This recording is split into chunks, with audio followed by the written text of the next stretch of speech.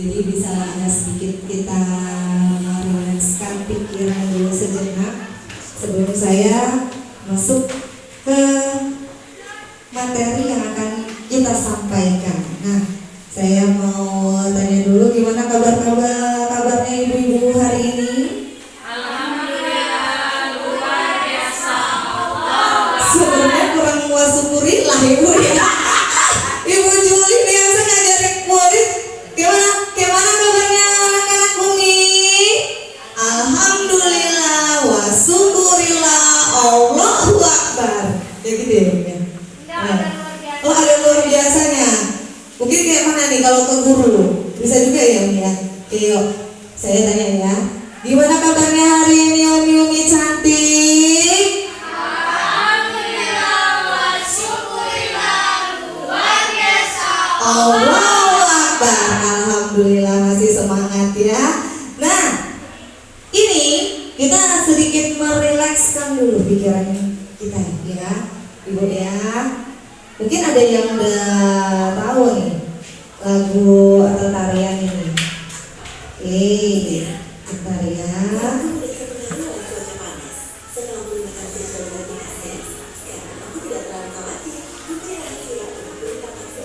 Oke, mungkin boleh semua stand up please Ibu. Ya, kita ikutin ya Ibu ya. Yuk Ibu, kita mulai gerak dulu. Oke, tangannya dulu digerak. Tangan diputar-putar bergetar. Tangan diputar-putar pegang bahu.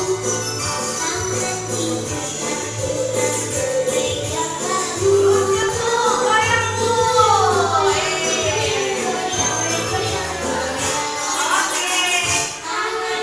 diputar-putar bergetar.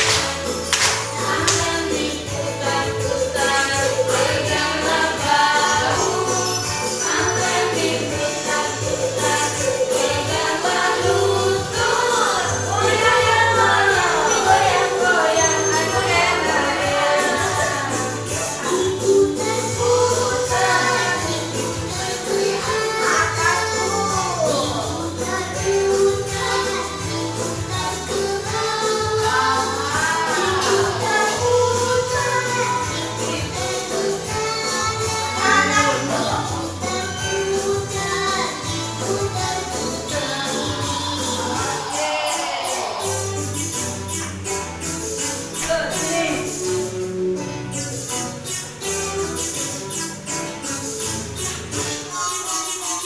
tangan diputar-putar berputar-putar. Tangan diputar-putar pegang bahu. Tangan diputar-putar pegang bahu. Goyang-goyang, goyang-goyang, goyang-goyang. Tangan diputar-putar pegang bahu. Tangan diputar-putar pegang bahu. Tangan diputar-putar pegang bahu. Digoyang-goyang, digoyang-goyang, digoyang-goyang. Diputar-putar, diputar ke atas. Diputar-putar, diputar ke bawah.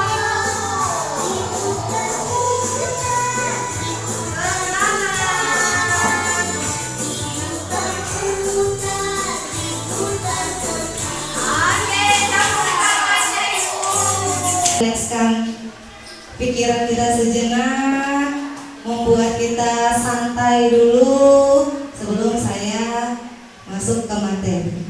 Nah, ini dia materi saya hari ini yaitu tentang diseminasi budaya positif di sekolah. Dan ini merupakan salah satu tugas saya di guru penggerak angkatan 9, di mana saya harus membagikan ilmu yang saya dapatkan kepada rekan-rekan sejawat saya tentang bagaimana menerapkan budaya positif di sekolah itu.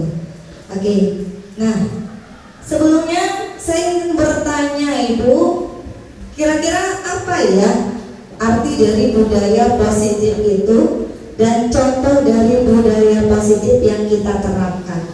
Mungkin ada di antara Ibu yang bisa memberikan pendapat. Ada yang tahu nggak apa sih sebenarnya budaya positif itu? Budaya positif itu Ya, Ibu Juli.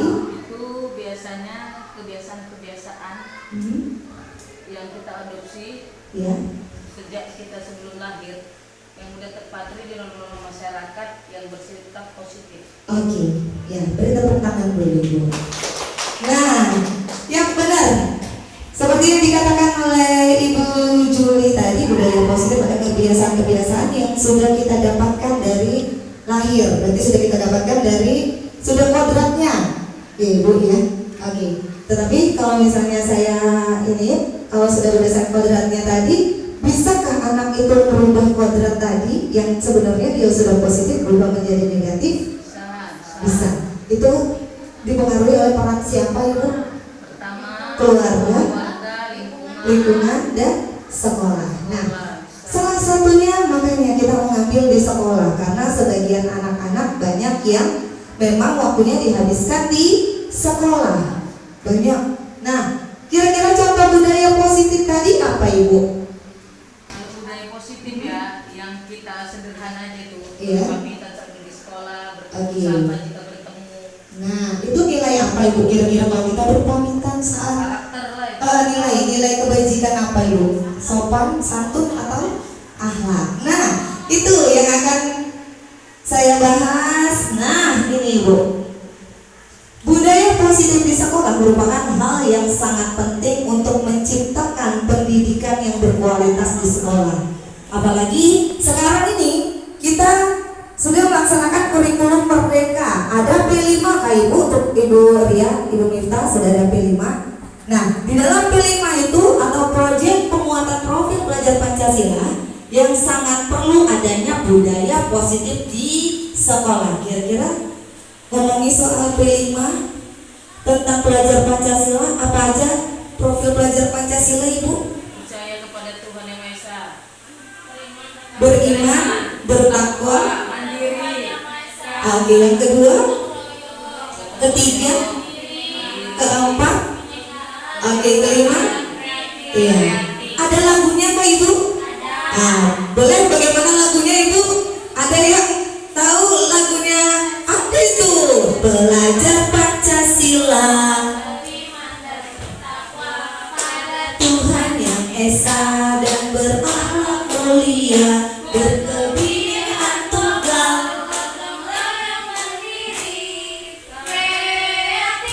dan bernalar kritis. Oke, nah, apakah itu termasuk budaya positif yang ada di P5? Ya, berarti sesuai. Nah, ini merupakan pembiasaan-pembiasaan hal yang baik mencakup sikap ataupun perilaku maupun tutur kata. Jadi budaya positif tidak hanya ucapan, tetapi bisa perilaku dan juga ucapan oleh seluruh warga di sekolah agar tercipta pribadi yang kritis, bertanggung jawab, dan juga penuh rasa hormat. Jadi kita tetap tidak boleh tidak mengindahkan yang namanya agama. Agama tetap menjadi kunci pokok di dalam penilaian atau budaya positif ini. Indonesia masih terkenal dengan adat dan budaya yang sangat kental, begitu juga dengan agama. Perubahan paradigma. Kalau belajar tentang P5 itu tidak jauh-jauh dengan filosofi pendidikan menurut Ki Hajar Dewantara. Ada terbayang nggak Bu wajahnya Bapak Ki Hajar Dewantara itu seperti apa? Berjenggot Ibu, berpeci, pakai peci, ada kacamata. Oke, biasa dia memakai baju putih. Oke, ya kan?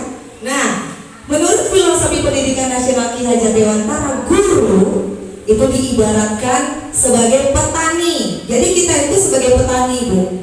Ki Hajar Dewantara ini salah satu yang membuat kurikulum merdeka ini muncul. Ki Hajar Dewantara Bapak apa?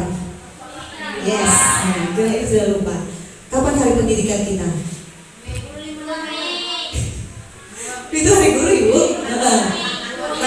Oke, nah 2 Mei. Nah ini guru diibaratkan sebagai petani yang memiliki peranan penting untuk menyuburkan tanaman. Jadi ibu itu diibaratkan sebagai petani dan murid ibu sebagai tanamannya. Jadi kalau misalnya ibu tidak merawat tanaman ibu dengan baik, apa yang terjadi pada tanaman ibu? Karakter itu tidak akan muncul ibu. Tetapi kalau ibu dengan ikhlas menyiraminya tiap hari, memberikan pupuk, setelah itu merawatnya, itu dia akan ibaratkan sebagai pohon yang ibu tanam. Kalau ibu rawat, akarnya itu akan semakin kuat dan dia akan tumbuh menjadi sosok yang tinggi sesuai dengan harapan ibu. Tetapi ibu, kalau ibu hanya merawatnya, hanya menyiram, itu udah seperti kewajiban ibu aja, tidak memberikan kasih sayang untuk pohon itu sama aja ibu. Berarti pohon ibu tidak akan muncul, tidak akan tumbuh secara maksimal. Seperti itulah kalau kita mendidik anak murid kita, kalau tidak dengan ikhlas, dia akan memang dia tamat, dia selesai, tapi tidak ada yang akan dia bawa setelah itu. Dan mungkin hasilnya itu tidak sesuai dengan yang kita harapkan. Nah itulah mengapa Ki Hajar Dewantara mengibaratkan guru itu sebagai petani dan murid sebagai tanaman. Nah dari uraian ini kita bisa mengibaratkan sekolah sebagai tanah. Sekolah ini sebagai tanah ibu, dan tanaman sebagai murid. Untuk itu sebagai guru harus mengusahakan sekolah sebagai tempat yang nyaman. Karena ini sebagai tanahnya, jadi kita harus mengusahakan tanaman tadi bisa hidup di tanah yang kita punya. Kalau mereka tidak nyaman di tanah yang kita punya, dia akan mati. Nah, seorang guru memiliki tanggung jawab untuk menciptakan suasana sekolah yang demikian dengan menciptakan lingkungan positif yang terdiri dari warga sekolah yang saling mendukung, bekerja sama, saling menghargai, dan saling belajar. Nah, ini terciptalah budaya positif di lingkungan sekolah kita. Jadi, filosofi pendidikan menurut Ki Hajar Dewantara, apakah menurut Ibu sesuai untuk pendidikan kita sekarang? Oke, kita lanjut. Perubahan paradigma. Dalam membangun budaya positif, sekolah dapat menyediakan lingkungan yang positif, aman, dan nyaman, agar siswa mampu berpikir, bertindak, dan mencipta dengan merdeka, mandiri, dan juga bertanggung jawab. Umumnya, di sini berkaitan dengan kontrol guru terhadap siswa. Jadi Bu, kita tidak bisa membiarkan siswa begitu aja. Walaupun Ki Hajar Dewantara mengatakan siswa itu lahir tidak dalam keadaan putih Ibu.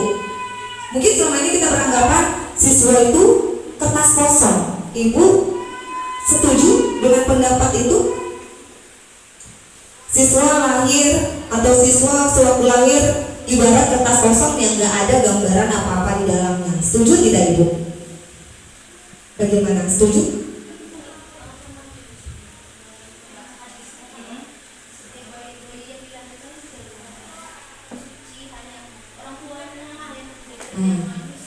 Suci tetapi tidak kosong Ibu. Suci itu bersih, berarti tidak kosong. Kita tuh ada kodrat alam, ada kodrat zaman Ibu. Kodrat alam itu yang kita dapatkan dari lahir. Kita sudah pernah dengar takdir. Allah sudah menciptakan takdir orang masing-masing. Nah, apakah dilahirkan kita langsung kosong, tidak ada perjanjian, tidak ada takdir yang dibuat? Ada kan? Pasti kita akan berjalan sesuai dengan takdir kita, tapi kita nggak tahu kita akan jadi apa. Nah, itu mengapa Ki Hajar Dewantara mengatakan kita dilahirkan tidak seperti selembar kertas kosong? Karena beliau berpendapat ada itu tadi kodrat alam di dalamnya yang kalau sudah ada garis Ibu, kita sudah punya garis kehidupan masing-masing. Jadi tugas kita itu, kita bisa menebalkan garis yang sudah dia punya seperti bakat dan minat karakter. Itu untuk guru ya Ibu ya. Bisa menebalkan atau kita bisa menghapus. Menghapusnya sedikit-sedikit, bukan berarti menghapus secara habis. Gak mungkin kita melanggar ketentuan Allah. Tapi ada juga yang mengatakan kalau Allah berkehendak terjadi dan terjadilah.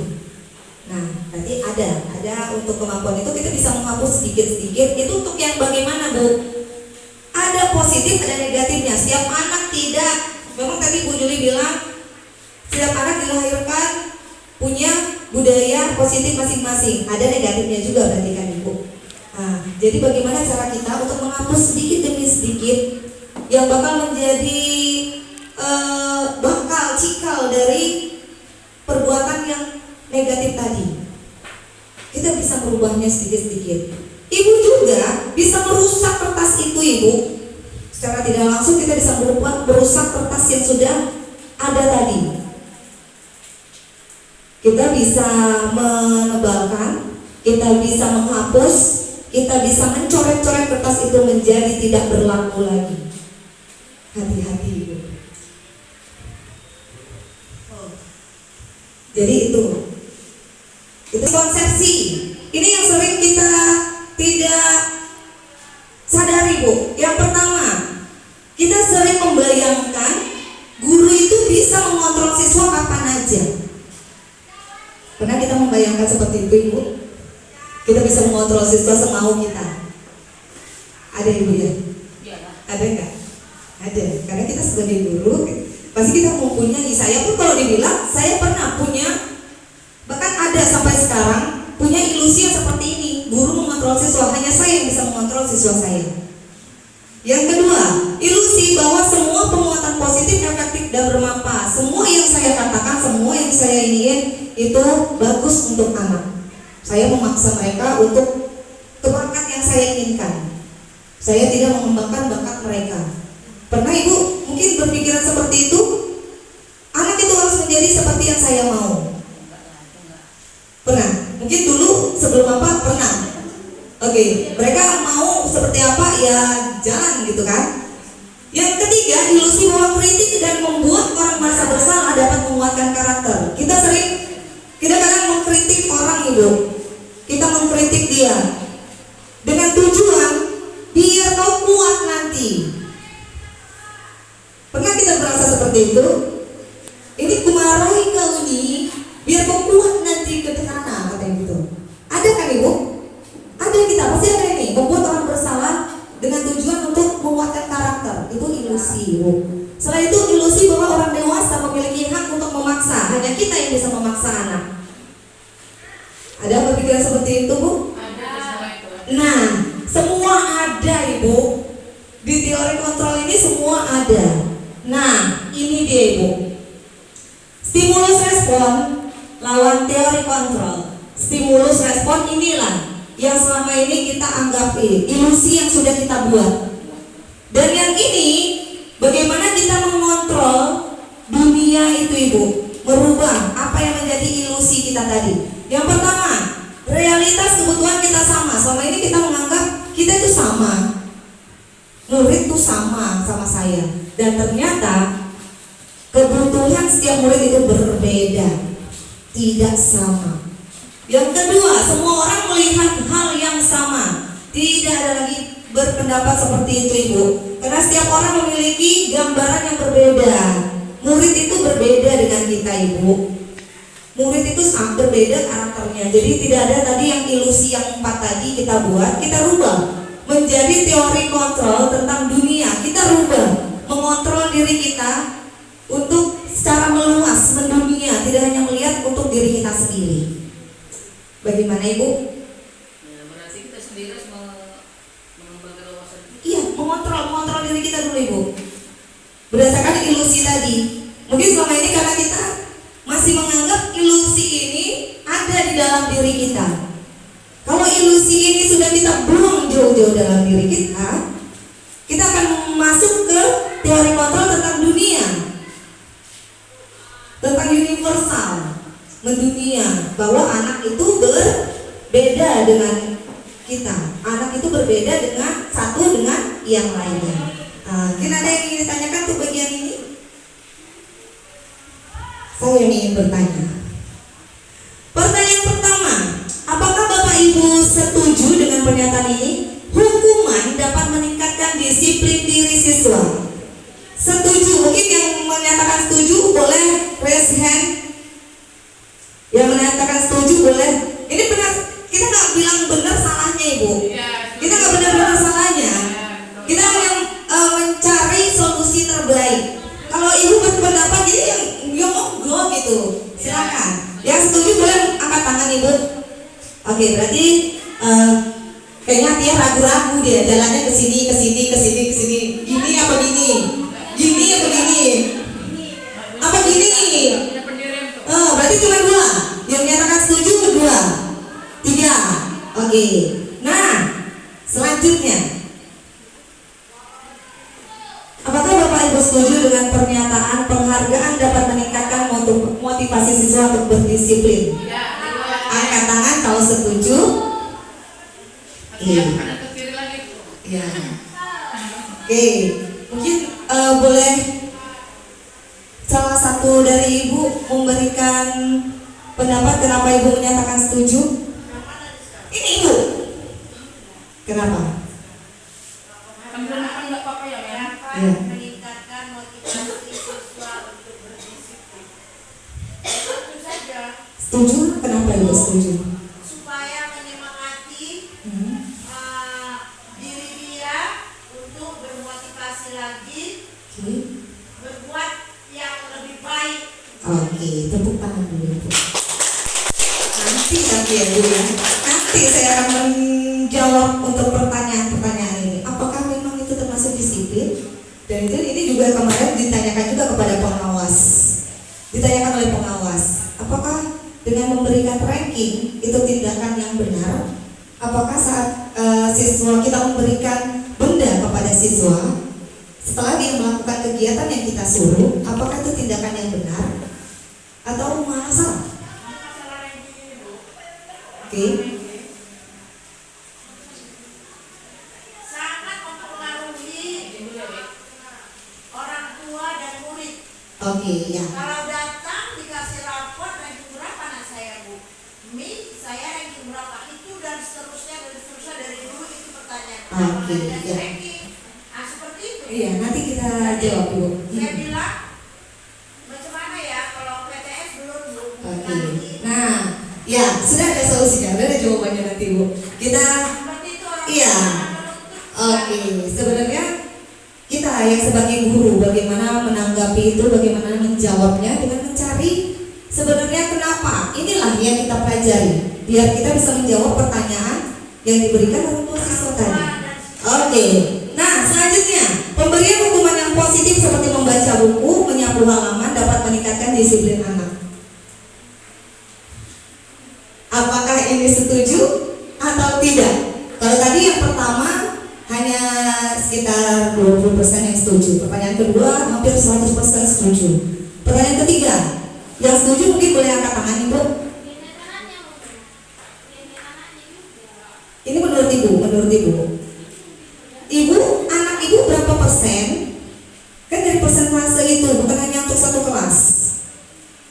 Untuk ini selama yang Ibu iniin, bagaimana? Setuju atau tidak? Setuju. Kalau setuju boleh angkat tangan. Oke, setuju berarti Ibu ya. Nah, selanjutnya saya punya sedikit activity time. Ibu adalah A. Ini mau pasang-pasangan ini sebenarnya Ibu. Ini permainannya pasang-pasangan ini Ibu. Nanti kita pasang-pasangan. Oke, mungkin Ibu ke sana. Enggak, Ibu Ria ke tempat Ibu Atia, Ibu Mirta ke Umi Nina. Oke, nanti kita tunggu Umi Juli, Bu Rizka yang akan ke belakang. Nah, pertanyaannya, coba Ibu ada yang bertindak sebagai mengempalkan tangan, ada yang bertindak sebagai membuka kepala tangan. Siapa yang bertindak sebagai pengepal? Oke. Nah,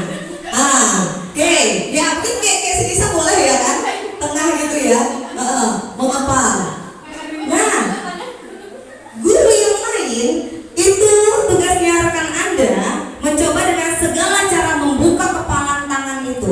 Teman Anda boleh membujuk, boleh menghardik, mengintimidasi, memarahi, menggoda, menggelitik, bahkan menawari uang. Ini masuk ke psikotes ini, Bu. Agar Anda bersedia membuka kepalan tangan Anda. Yuk, kita mulai. Bisakah Ibu membuka kepalan tangan dari seorang yang mengepal tangan? Gak, Bu. Siapa yang? Satu aja, Ibu. Oke, yuk. 1, 2, 3. Bisa nggak dia membujuk? Ya terserah mau dikemanain. Yang penting dia mau buka nggak? Dia mau buka nggak?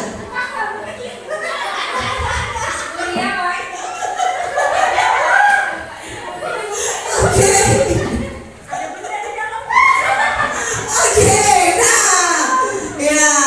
Oke, berarti udah. Kayak mana Bu Ria? Terbuka tidak? Bu Nina terbuka atau tidak? Nisa terbuka tidak? Nah, pertanyaannya, apakah Anda atau Ibu membuka kepalan tangan Anda? Tidak. Ibu, kenapa Ibu tidak membuka kepalan tangan Ibu untuk Atia? Karena merasa kalah lah kalau Allah. Kenapa? Allah takut kalah sama dia. Kita nih kalah gitu. Oke, nah ini Bu, setiap yang kita lakukan, kontrol itu ada dalam diri kita, Ibu. Tetapi dengan, kalau misalnya Ibu tadi percaya dengan orang tersebut, mungkin Ibu akan membuka kepalan tangan Ibu. Karena ini kepalan tangan Ibu ibaratkan prinsip Ibu. Apa yang sudah Ibu percayain, apa yang Ibu punya, itu Ibu simpan. Kemungkinan Ibu akan membuka untuk orang yang Ibu percaya. Itu kontrol Ibu. Apa yang Ibu lakukan untuk siswa, Ibu yang mengontrol. Tapi harus sesuai dengan prinsip tadi, mendunia. Itulah tujuan tadi. Memang Ibu sekarang belum membuka kepalan tangan Ibu. Seperti yang tadi ada di situ kata menggoda. Itulah prinsip Ibu, ada nggak? Nanti bakal ada seseorang yang bakal memberikan uang, memarahi, mengintimidasi biar Ibu luluh atas pendirian yang Ibu punya. Yes. Sering, Bu. Iya, itu dia luluh. Berarti kita dengan tidak langsung membuka prinsip hidup kita. Tetapi Bu, ini ada baiknya juga kita membuka untuk orang yang memang kita bisa percaya. Berarti kita yakin dia bisa berkolaborasi dengan kita untuk mengembangkan prinsip yang kita punya. Itulah kontrol yang kita punya. Nah, ini teori kontrol. Teori kontrol adalah teknik dan strategi yang mengatur tingkah laku manusia dan membawanya kepada penyesuaian atau ketaatan kepada aturan-aturan masyarakat. Seseorang mengikuti hukum sebagai respon atas kekuatan-kekuatan pengontrol tertentu dalam kehidupan seseorang. Seorang menjadi kriminal ketika kekuatan-kekuatan yang mengontrol tersebut lemah atau hilang. Ibu, kalau sudah hilang, tadi berarti keimanan Ibu sudah hilang. Prinsip itu tadi, semakin banyak kriminal yang ada di dunia. Berarti apa? Kita sebagai pemegang kontrol dari kejahatan dan kebaikan di sekolah, dan itu akan kita bawa ke masyarakat sebagai seorang guru. Pada dasarnya kita tidak bisa memaksa murid untuk berbuat sesuatu jika murid tersebut memilih untuk tidak melakukannya. Itu tidak bisa memaksa. Dia nggak mau, nggak boleh kita paksa. Walaupun tampaknya guru sedang mengontrol perilaku murid, walaupun dia salah, kita paksa. Itu istilahnya kita tidak menanamkan kesadaran dalam diri dia, dan kemungkinan itu perbuatan akan dilakukan lagi. Nah, hal demikian terjadi karena murid sedang mengizinkan dirinya dikontrol. Dia sebenarnya mengizinkan dirinya untuk dikontrol. Bagaimana cara Ibu untuk membuka kontrolan dalam diri dia tadi menjadi terbuka untuk Ibu memperbaiki kesalahan yang dia lakukan? Nah, saat itu bentuk kontrol guru menjadi kebutuhan dasar yang dipilih murid. Nah, teori kontrol ini menyatakan bahwa semua perilaku punya tujuan, bahwa bahkan terhadap perilaku yang tidak disukai, tidak hanya yang disukai, tapi tidak disukai juga. Oke, nah tadi tentang teori kontrol, bagaimana Ibu? Apakah ada pertanyaan? So far so good? Oke, nah sekarang kita masuk ke disiplin. Apa itu disiplin? Kira-kira Bapak Ibu guru tahu nggak perbedaan antara hukuman dan disiplin? Disiplin itu Ya. mengikuti aturan yang sudah ditetapkan. Oke, kalau hukuman? Hukuman itu tindakan perbuatan kita Tindakan dan perbuatan kita. terhadap siswa Hukuman. yang kita rasa itu salah. Oke, nah ada yang lain? Mungkin silakan memberikan pendapat Ibu. Perbedaan hukuman dan disiplin. Kadang kita sering bilang, saya memberikan hukuman ini untuk mendisiplinkan siswa. Pernah mendengar seperti itu? Tujuannya untuk mendisiplinkan siswa, tapi memberikan hukuman. Berarti kan berbeda antara hukuman dan disiplin. Apa bedanya Ibu, hukuman dan disiplin? Tadi Nina sudah menjawab. Ada lagi? Mungkin apa hukuman Ibu? Saya hukuman itu hanya sekali, tapi Oke. disiplin itu bisa ditanamkan setiap hari. Setiap kali. Oke, kita buka ya Ibu ya. Hukuman itu berbeda dengan disiplin. Hukuman mengarah pada pengendalian perilaku anak. Kita mengendalikan perilaku anak. Berarti apa yang kita suruh dia harus melakukannya. Itu hukuman. Dan sementara disiplin lebih pada mengembangkan perilaku anak. Dengan demikian hukuman lebih mengarah pada bagaimana mengontrol perilaku atau tindakan anak sesuai dengan kemauan guru. Jadi kalau hukuman itu sesuai kita yang buat. Kita tidak bertanya pada siswa alasannya apa. Kita yang membuat hukuman itu menjadi sesuatu yang harus dilakukan.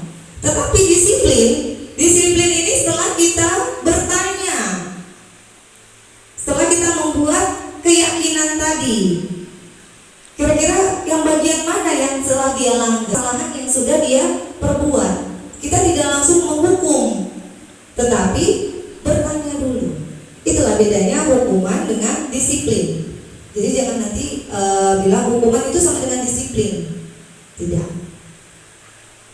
Kalau bisa pun Bu, tidak ada lagi kata hukuman. Apalagi kalau kita sudah menetapkan kurikulum merdeka. Tidak ada lagi kata hukuman, sanksi, yang ada konsekuensi. Kita ganti menjadi kalimat konsekuensi. Dan itu konsekuensi didapat setelah kita membuat keyakinan kelas. Nah, kita masuk keyakinan kelas. Nanti kalau misalnya kita langsung ujuk-ujuk menghukum dia, kita juga yang salah. Karena guru tidak ada perlindungan undang-undangnya, Ibu. Kenapa guru mungkin banyak sering masuk ke ranah hukum karena menghukum. Ini mungkin salah satu kekurangan kita yang belum memahami sebenarnya hukuman apa yang tidak ada hukuman sih, konsekuensi apa yang seharusnya dilakukan. Dan itu seharusnya sudah dibuat kepada anak itu tadi. Kalau misalnya kita sudah membuat konsekuensi kepada anak itu tadi, kemungkinan dan itu lebih besar, kita lebih membentengi diri kita. Karena ada kesepakatan sebelum konsekuensi itu kita lakukan. Jadi tidak bebas nanti orang tua memasukkan kita ke penjara. Karena kita sudah ada langkah-langkah untuk membuat sanksi tadi. Dan itu sudah disepakati secara bersama. Bapak Dian Dewantara menyatakan bahwa untuk menciptakan siswa yang merdeka, maka syarat utamanya harus mempunyai disiplin yang kuat, yaitu disiplin diri yang berasal dari motivasi internal, itu motivasi yang ada pada diri, dan juga motivasi eksternal yang ada pada orang lain, itu ibu yang mendisiplinkan siswa Ibu. Kalau internal, dia sendiri yang mempunyai kesadaran untuk merubah segala sesuatu yang menurut dia salah. Diana Busen mengatakan bahwa kata disiplin berasal dari bahasa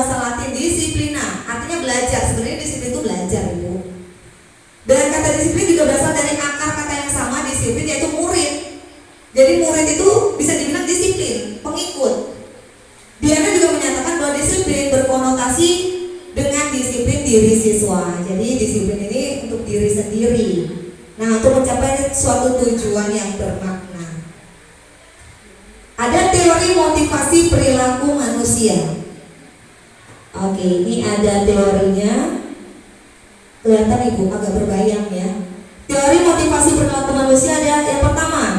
Ibu kalau melakukan suatu tindakan pasti ada motivasi Ibu. Sebelum Ibu melakukan suatu tindakan yang Ibu berikan, itu ada motivasi dalam diri Ibu. Kenapa? Alasan Ibu melakukan itu. Yang pertama, untuk menghindari ketidaknyamanan hukuman. Ibu melakukan tindakan karena ada hukuman. Jadi Ibu terpaksa melakukan apa yang disuruh. Atau itu tadi ke siswa. Siswa itu tadi berperilaku dia untuk menghindari ketidaknyamanan hukuman karena ada hukuman. Jadi sesuatu nilai kebaikan yang mudah Ibu tanamkan ke siswa tadi tidak berakar dalam diri dia. Karena motivasi pertama dia hanya untuk menghindari hukuman. Karena ada hukuman dia melakukan kerjaan itu. Kalau enggak dia akan melakukan.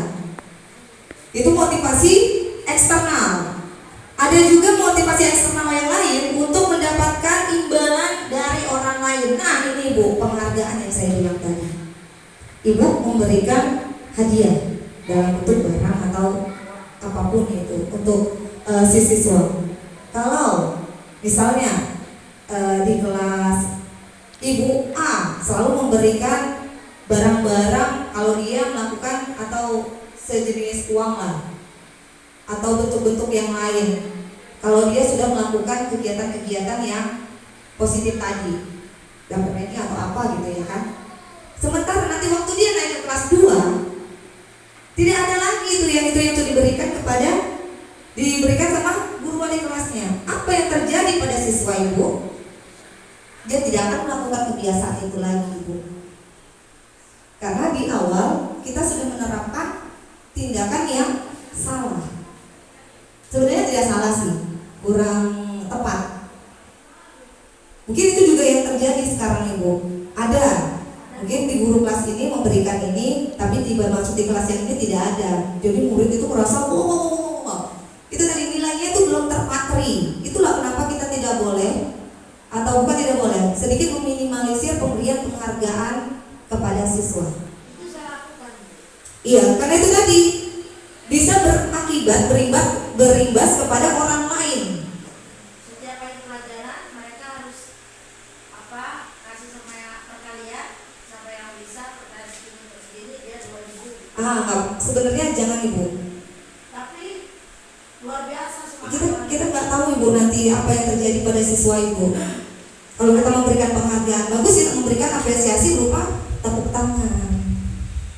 Tapi herannya teori yang dikasih banyak yang udah hafal. Iya sudah hafal, tapi dia nilainya Ibu tadi. Kita mengambil nilai positif, nilai kebajikan yang ada dalam dirinya tadi. Nilai kebajikannya dia cuma hanya ingin mendapatkan uang. Tapi apa kok? Iya, tapi itu tadi kita ke mendunia tadi Bu. Apa yang akan dia bawa nanti keluar? Malah yang nggak bisa sama sekali itu ikut belajar ikut ngapal itu 1, 2, 3, 4, 5, 6 itu semua itu 5 setiap pukulan tetap.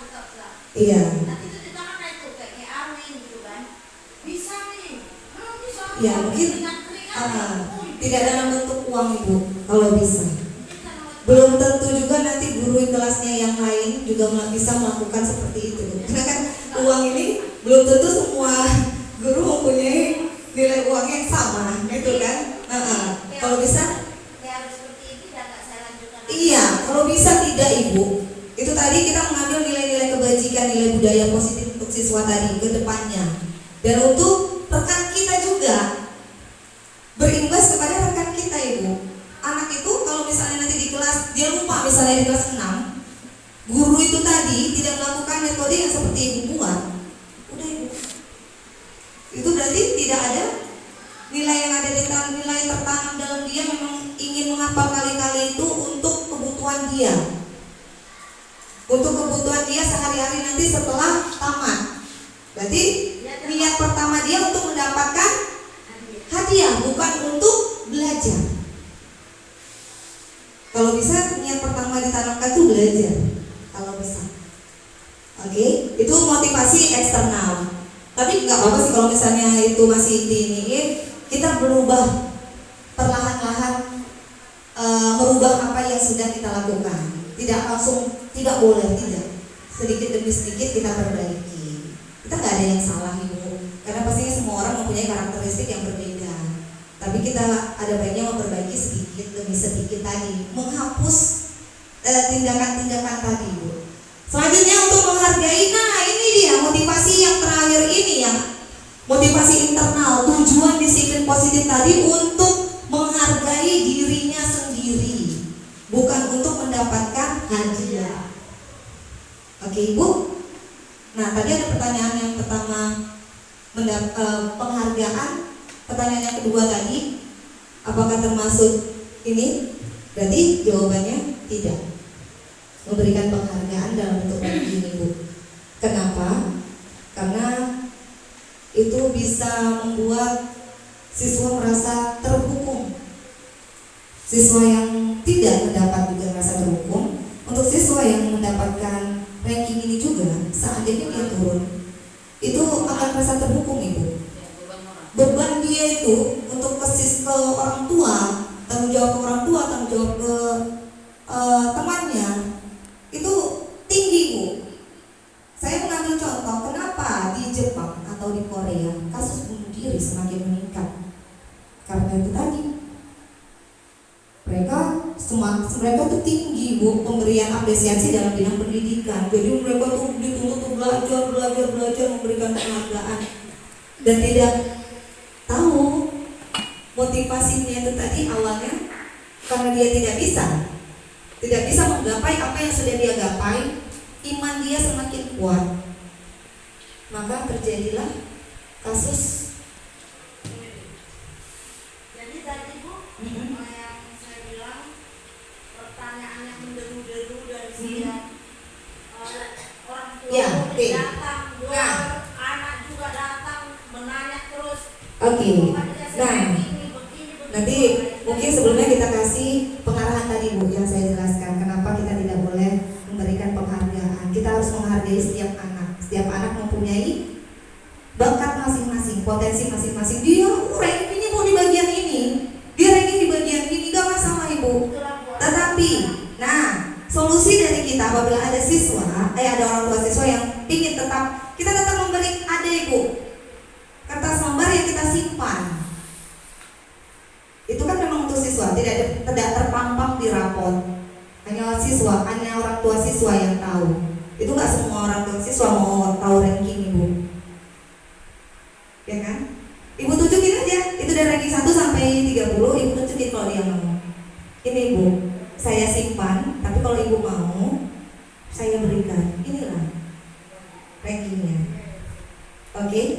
Itulah kemarin sempat itu juga konsultasi sharing. Nah, setelah tadi kita masukkan motivasi, keyakinan kelas ibu. Keyakinan kelas merupakan nilai-nilai kebaikan atau prinsip-prinsip yang disepakati secara universal. Orang akan lebih semangat atau tergerak untuk melakukan keyakinan daripada hanya mengikuti aturan. Aturan kelas, ibu kalau tidak punya keyakinan nilai apa yang harus ibu perbuat, ibu tidak akan melakukan aturan itu ibu. Kalau ibu tidak tahu jelas keyakinan apa yang ada di dalamnya, nilai apa yang di dalamnya. Misalnya, nggak boleh buang sampah sembarangan. Tapi dia nggak tahu nilai apa itu yang ada di dalam buang sampah sembarangan. Nilai apa ibu? Kalau buang sampah sembarangan itu nilai apa yang nggak ada? Disiplin, tanggung jawab. Tanggung jawab berarti tanggung jawab dia tidak ada. Nilai kebajikan itu ada nilai tanggung jawab, ada disiplin, ada mandiri, religius, keagamaan, ada nilai banyak lagi bu. Mungkin bisa diambil dari pelajaran Pancasila tadi, gotong royong, itu nilai bu. Jadi sebelum kita bilang peraturan kamu tidak boleh masuk, tidak pakai sepatu, nilai apa yang ada di dalamnya? Kita juga jelaskan disiplin. Nah, biar apa? Biar nanti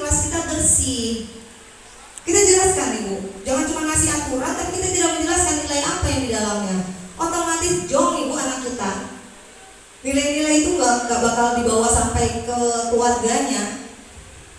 Tapi kalau misalnya tadi ketok tentu ya kalau masuk. Nah, ini dalam membuat keyakinan kelas, jika terjadi pelanggaran akan ada sanksi restitusi. Tadi kita sudah menghilangkan kata sanksi, tidak menghilangkan kata hukuman. Kita memakai restitusi. Hukuman merupakan identitas gagal. Nah, kenapa tadi saya bilang hukuman kita hilangkan? Karena itu sudah pasti gagal.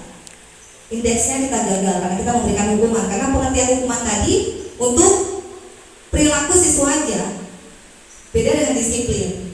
Nah, kita lihat, oke, itu Ibu, ada hukuman, ada disiplin.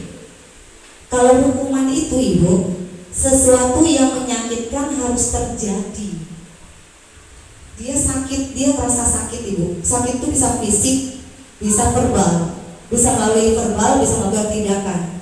Mungkin kita tidak melakukan ke fisik dia, seperti tidak memukul, tetapi hati dia itu hitam udah jadi.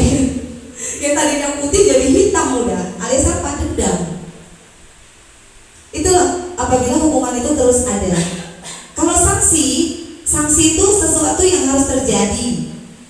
Sanksi itu memang harus kamu lakukan dan pasti sudah terjadi. Nah, kalau restitusi itu pilihan. Restitusi ini Ibu bertanya, kamu sudah melanggar nilai yang mana, Nak? Kira-kira apa yang harus kamu lakukan untuk merubahnya? Kamu bertanya, Ibu bertanya. Ibu melakukan restitusi, dia mau kayak mana? Dia mau apa? Jadi kita tanya dulu, dia maunya apa? Kalau kita tidak bertanya maunya apa, kita langsung sesuai dengan kita aja, kita udah ilusi Ibu. Kita udah masuk guru yang ilusi tadi, bukan yang mendunia. Nah, ini mungkin ada beberapa Ibu yang ini murid atau anak akan tersakiti, jelas. Yang kalau kita memberikan sanksi, murid dibuat tidak nyaman, jelas dia bakal tidak nyaman untuk bersekolah atau saat pelajaran itu dia bakal tidak nyaman. Setelah itu kalau kita melakukan restitusi, murid mendapatkan penguatan karena kita udah bertanya secara face to face. Ibu kamu maunya apa? Maunya ibu yang seperti di mana? Kamu mau bebas. Nah, kita tanya aja dulu, dia maunya apa Ibu? Mungkin di sini ada yang ingin ditanya Ibu? Jelas? Hukuman itu bersifat tiba-tiba. Kita kalau udah marah, kita langsung hukum. Betul nggak Ibu? Dia tiba-tiba nggak ada rencana Ibu. Kita langsung aja refleks kita ngucap Ibu. Udah kamu langsung aja gini, karena saya juga melakukan ini. Ini juga lagi saya perbaiki. Mungkin kita sama-sama memperbaiki ini agar tidak terjadi lagi, gitu kan? Nah, siswa tidak tahu apa yang akan terjadi dan tidak dilibatkan. Tiba-tiba dia hukum, dia dihukum, dia nggak tahu apa ini, nilai apa, kenapa aku dihukum? Kan kita belum buat keyakinan kelas, belum belajar tentang nilai-nilai, belum diajarin, misalnya disiplin. Disiplin tuh kamu apa yang harus kamu buat di bagian yang mana? Nah, di samping itu hukuman juga bersifat satu arah dari guru yang memberikan. Siswa menerima hukuman tersebut tanpa diskusi dan arahan. Dan ini bisa menyakitkan fisik maupun verbal. Itulah hukuman. Kalau restitusi, disiplin itu dalam bentuk sanksi atau konsekuensi udah terencana Ibu. Jadi Ibu udah punya data. Kalau kamu melakukan itu lagi, berarti ini ya konsekuensi yang harus kamu terima. Itulah kita harus punya data Ibu. Kita bertanya. Data seperti kita ada dibuat di buku apa ya? Konseling. Setiap tindakan di situ dibuat apa yang bakal kita lakukan setelah kalau dia melakukannya lagi. Berarti udah punya kesepakatan. Anak-anak tidak langsung dihukum. Kita bertanya, kita buat kesepakatan. Nah, sanksi dibuat oleh guru atau sekolah. Sanksi itu dibuat oleh guru, ibu yang membuat sanksi atau sekolah. Dan siswa sudah mengetahui sanksi. Siswa harus tahu. Kalau dia nggak tahu sanksinya, ibu tidak boleh melakukan yang bisa menyakiti fisik dan juga hatinya. Karena dia tidak tahu kesalahan dia itu masuk kesalahan atau bagaimana. Karena kita tidak menjelaskan aturannya. Tetapi sanksi atau konsekuensi tetap membuat siswa merasa tidak nyaman dalam jangka waktu yang pendek. Konsekuensi juga tidak pas. Tidak pas ya Ibu ya, dalam jangka waktu yang pendek. Dihukum oleh penghargaan. Itu dia tadi. Memberikan pengaruh jangka pendek, jangka panjang. Diberikan untuk membuat seseorang melakukan sesuatu dalam jangka waktu pendek. Jika terlalu sering menggunakan penghargaan, maka orang tersebut akan bergantung pada penghargaan tadi seperti yang saya bilang tadi Bu. Bergantung pada penghargaan dan akan kehilangan motivasi internalnya. Nilai dia itu udah hilang. Lama-kelamaan dia menjadi tidak menyadari tindakan baik. Sebenarnya dia udah melakukan baik Ibu. Dia baik, dia benar belajar. Tapi dia nggak dapat nilainya itu tadi apa Ibu? Benar tadi yang bilang Ibu Nina, iya dia jadi belajar, iya. Tapi dia tidak menyadari tindakan baik yang dilakukan dia itu tadi sebenarnya untuk apa. Nah, yang bagian kedua, penghargaan tidak efektif. Penghargaan merupakan suatu benda atau peristiwa yang diinginkan yang dibuat dengan suatu syarat. Sepertinya, ayo nyapu, nanti Ibu kasih kupon. Ada syaratnya berarti kan Ibu.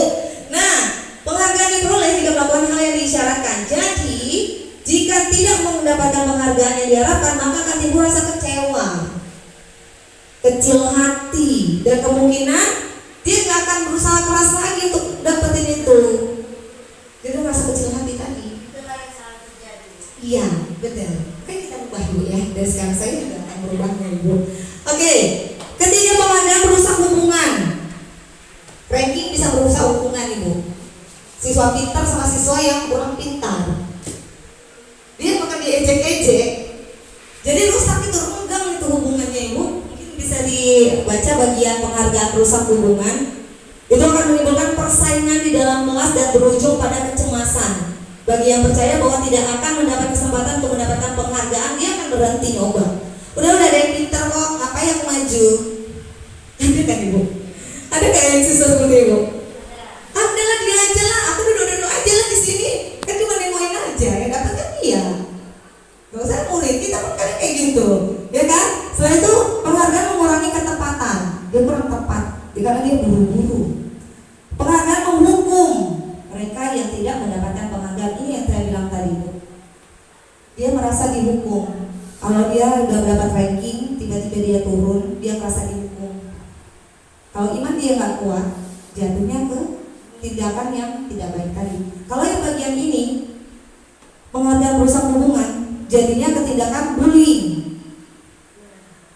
Bullying semakin merajalela karena itu tadi. Secara tidak langsung kita sudah berperan. Kenapa bullying itu semakin banyak di sekolah? Kontrol kita berarti yang kurang Ibu. Kebutuhan dasar manusia, kira-kira Ibu, kebutuhan Ibu apa aja? Kebutuhan Ibu kebutuhan apa aja yang harus Ibu penuhi? Cinta dan kasih sayang. Ibu butuh cinta nggak? Butuh. Kasih sayang butuh nggak? Oke. Ibu butuh kebebasan nggak? Butuh. Butuh bebas Ibu? Butuh bebas. Ibu butuh penguasaan nggak? Ini 5 kebutuhan dasar manusia Ibu. Manusia. Kalimatnya manusia. Penguasaan, kasih sayang, bertahan hidup, kesenangan, kebebasan.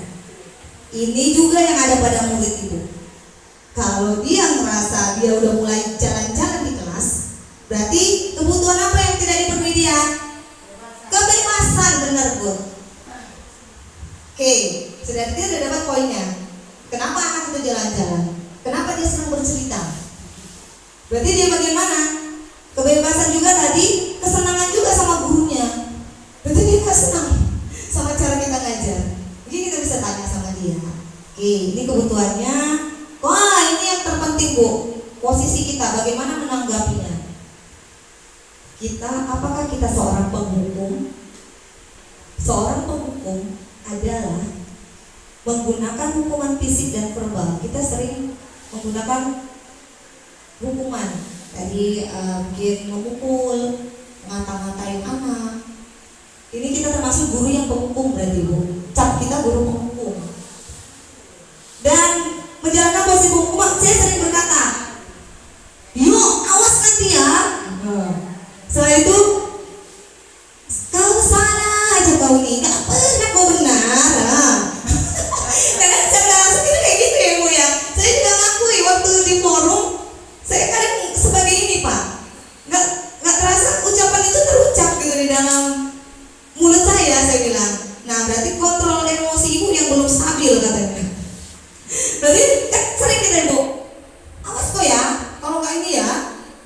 Ternyata kita akan dicap anak sebagai guru yang penghukum.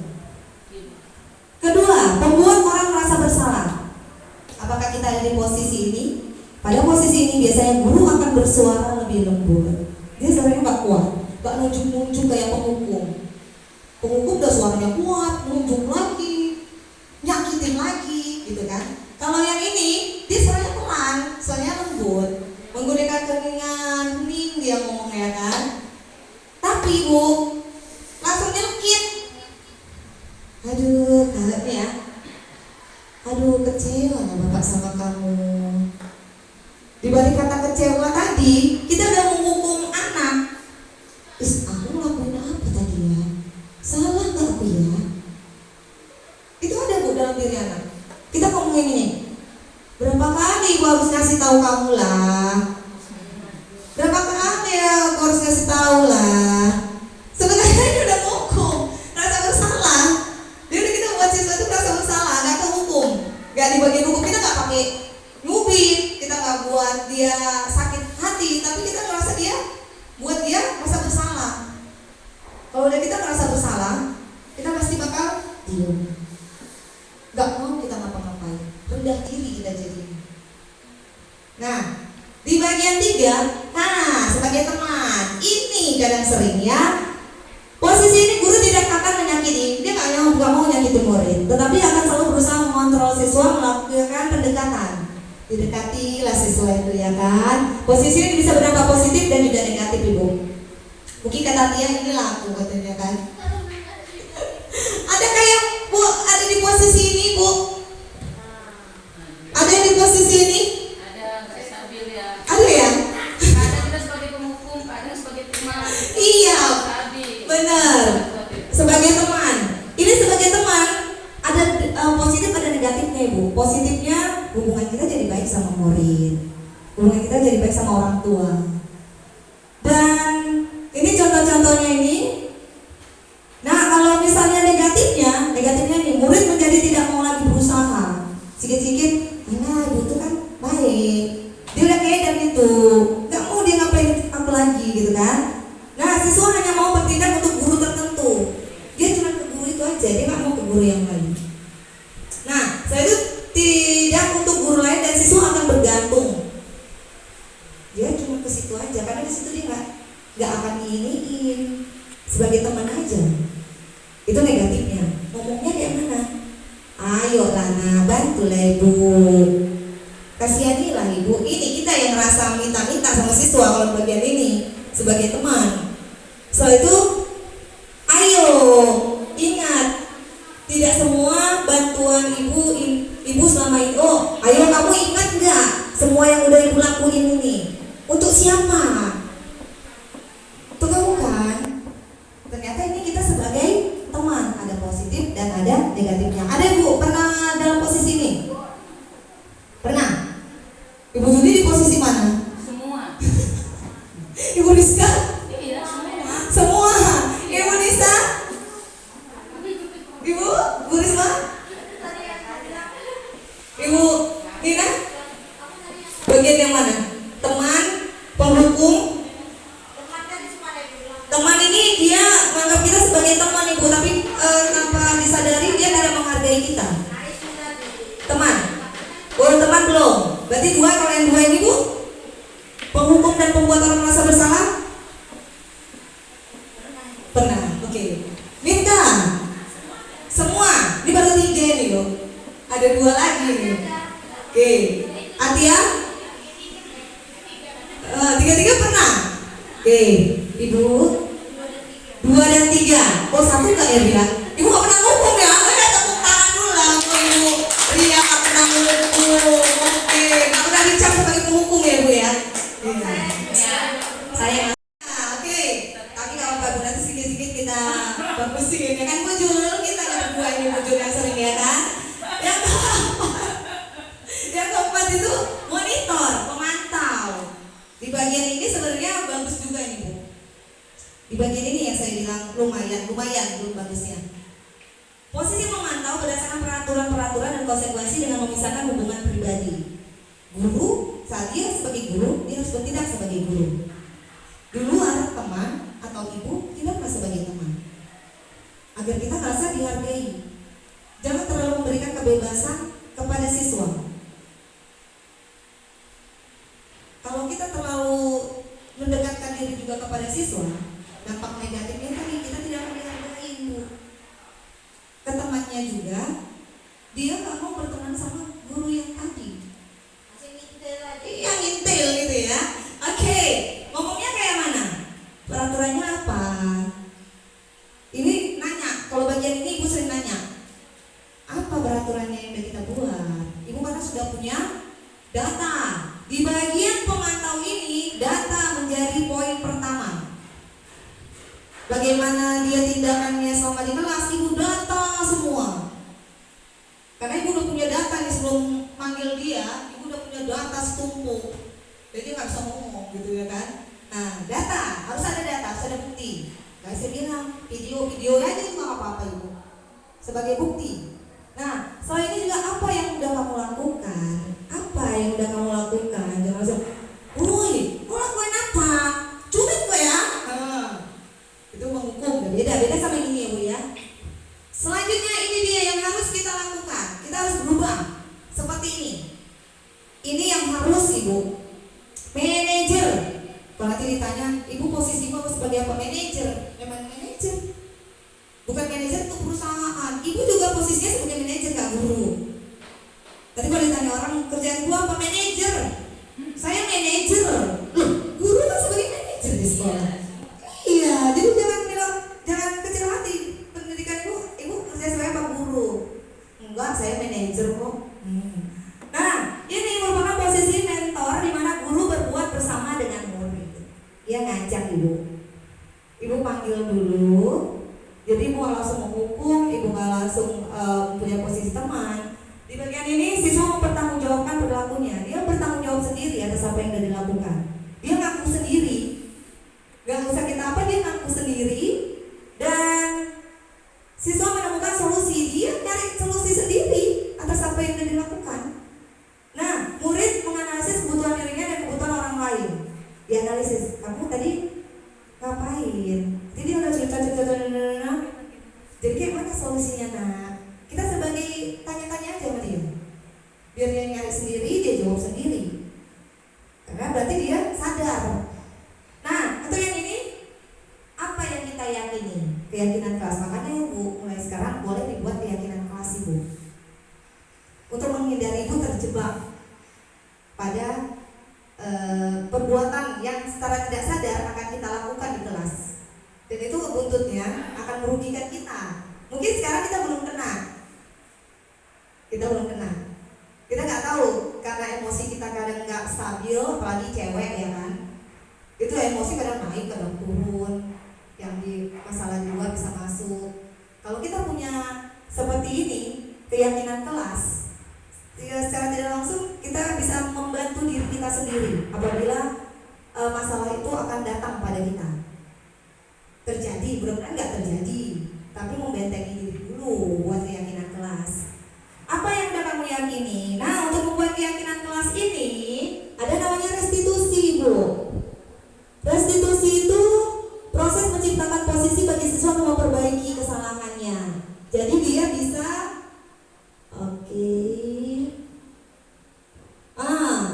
bukan ya, kelewatan. Nah, sehingga mereka bisa kembali pada kelompoknya dengan karakter yang lebih kuat. Jadi di sini waktu Ibu panggil nih, Ibu manggil dia, udah Ibu ceramahin di kelas, dia nggak akan diejekin nih Bu. Pernah nggak seperti itu? Ada nggak?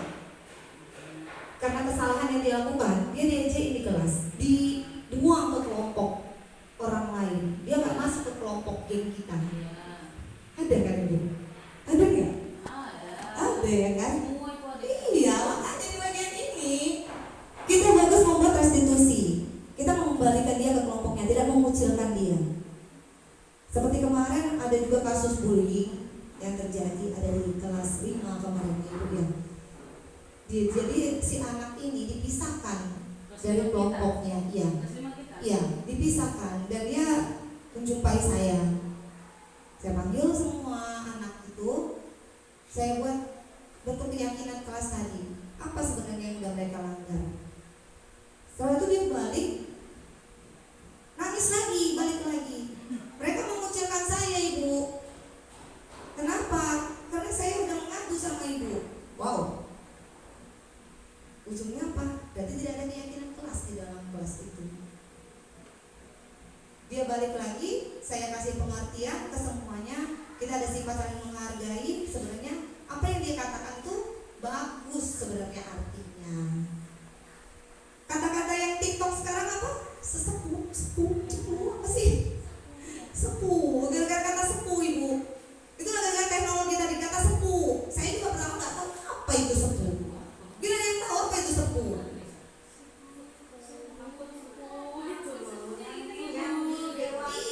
Iya sebenarnya, tapi di TikTok itu katanya berbeda artinya.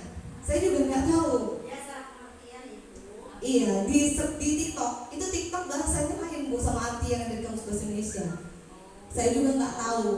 Itu kata-kata gaul anak muda sekarang itu. Apa artinya sesepuh? Ampun sesepuh, gitu. Iya kayaknya iya. Saya tanya sama anak saya, ini loh Ma, Masya Allah saya nggak tahu. Iya, sindiran sebenarnya sindiran halus Ibu. Sindiran halus.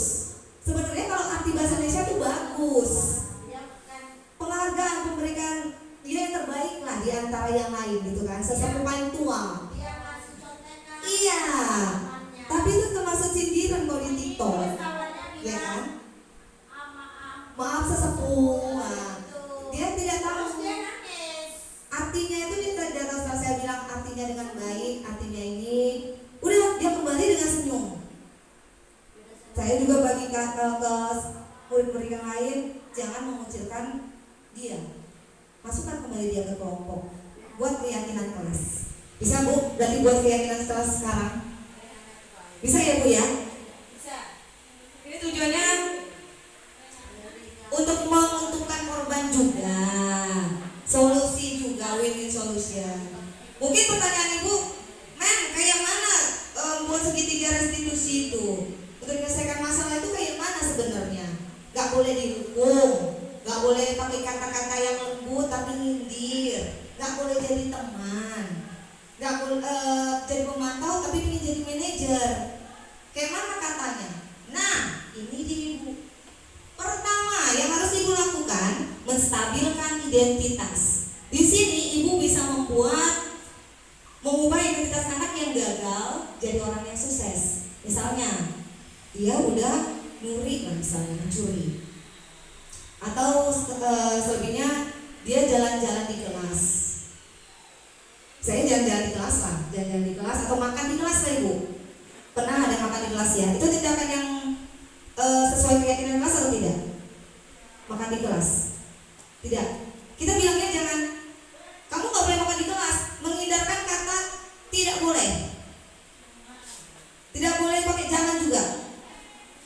Jangan, tidak boleh, itu enggak dihilangkan. Buat jadi kalimat positif. Iya, buat jadi kalimat positif. Misalnya, Ibu juga dulu, Ibu juga senang makan loh. Kita bilang gitu. Dia kita nggak langsung bilang kamu salah, enggak. Ibu juga senang makan loh, nah. Apalagi makan yang enak-enak, makan ciki. Sebaiknya, tapi Ibu nggak pernah makan di kelas. Ada waktunya nggak kita makan? Kapan? Nah, kita bertanya seperti itu. Kita nggak jangan mengejak dia langsung kamu salah, enggak. Itu manusiawi nak, makan itu manusiawi, semua butuh hidup, semua butuh makan. Kamu nggak salah, tetapi tempatnya yang salah, waktunya yang salah. Kita bilang gitu. Itu namanya menstabilkan identitas.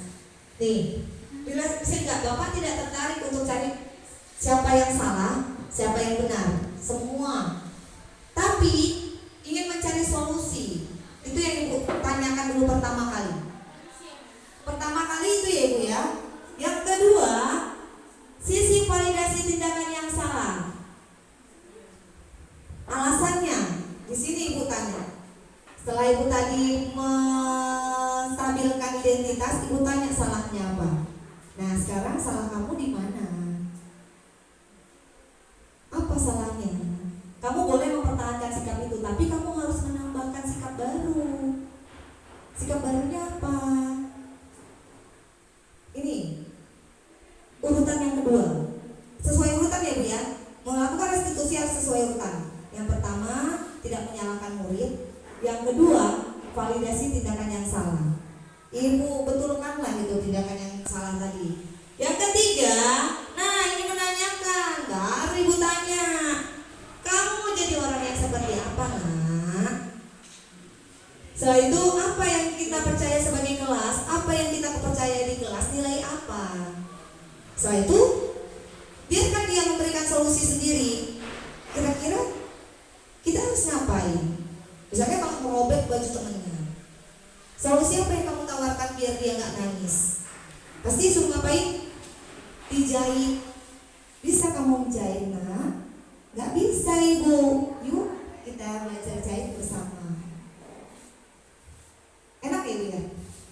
Enak kalau kayak gitu ya. Tapi memang agak-agak ribet, agak-agak ini Bu. Perlu pembiasaan diri. Oke. Nah, itu dia tadi sedikit penjelasan tentang budaya positif. Ada yang ingin soal yang ingin saya berikan Ibu?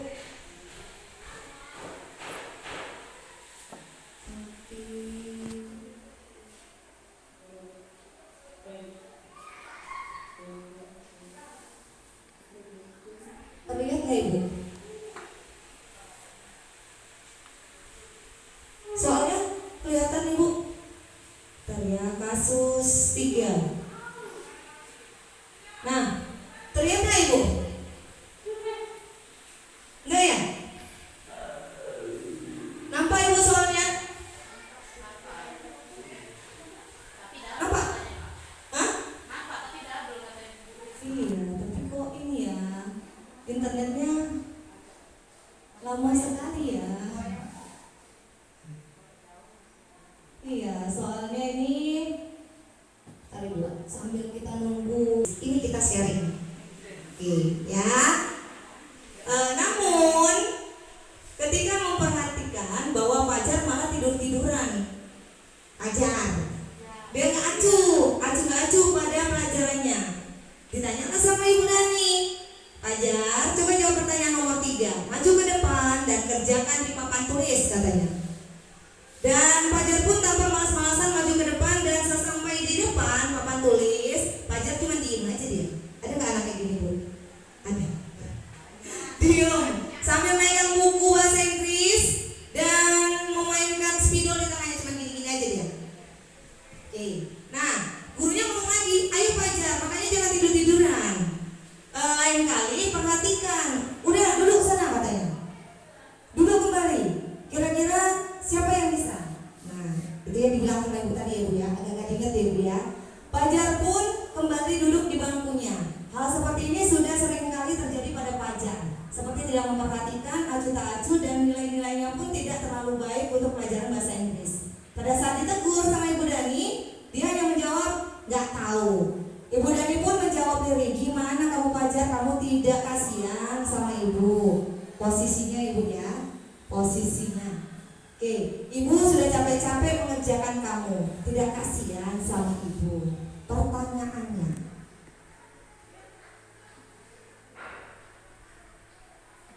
posisi kontrol apa yang diambil oleh Ibu Dani dalam pendekatannya kepada Fajar? Sebagai apa Ibu? Ibu Rizka? Sebagai apa? Posisi kontrolnya sebagai, apakah sebagai teman, manajer, penghukum, membuat orang merasa bersalah? Oke, membuat orang merasa bersalah. Sama semua. Mungkin ada yang lain? Posisinya gak ada, membuat merasa bersalah. Yang kedua, membaca sikap Fajar, kira-kira kebutuhan apa yang diperlukan dia? 5 kebutuhan tadi, kebebasan, cinta dan kasih sayang. Oke, kebutuhan apa tadi?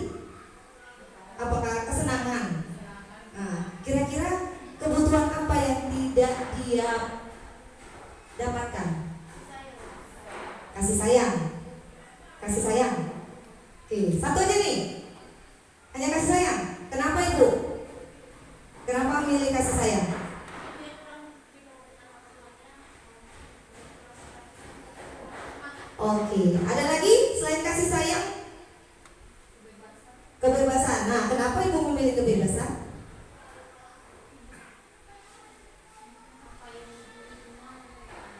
Oh, berarti ke gurunya. Oke, berarti dia kebebasan tadi Bu ya? Kebebasan. Berarti dia kurang bebas di kelas itu ibu, gitu ya? Enggak apa-apa ibu. Oke. Ada lagi?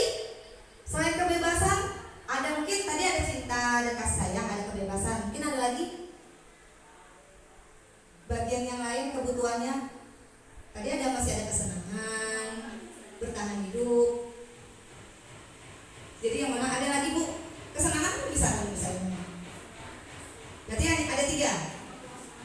Penguasaan. Berarti 5 nggak ada berarti dalam diri pacar ya. Kayak mana? Bener nggak? Hah? Bertahan hidup maksudnya nanti Bu, dia tetap di dalam kelas saja. Kalau nggak dia kena marah sama mamanya di rumah. Oke, nanti ya. Nomor 3, bila mana ibu dan mengambil posisi pemantau, kira-kira apa yang dilakukannya? Kalau sebagai pemantau, dia ngomong apa? Kalau pemantau? Iya, pertanyaan apa yang ibu ajukan? Kalau ibu sebagai posisinya pemantau tadi, kayak mana? Pemantau. Apa yang udah kamu lakukan? Ya kan? Nah, apabila Anda kepala sekolah. Nah, sekarang ibu saya posisikan sebagai kepala sekolah. Satu-satu saya tanya berarti ibu ya. Ibu posisinya sebagai kepala sekolah. Bagaimana dan mengetahui tindakan itu, apa yang akan ibu lakukan? Ibu Ria, kalau ibu kepala sekolah dari si Fajar tadi, apa yang akan ibu lakukan?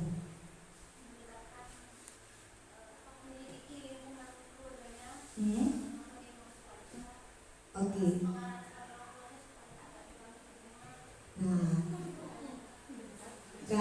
Oke.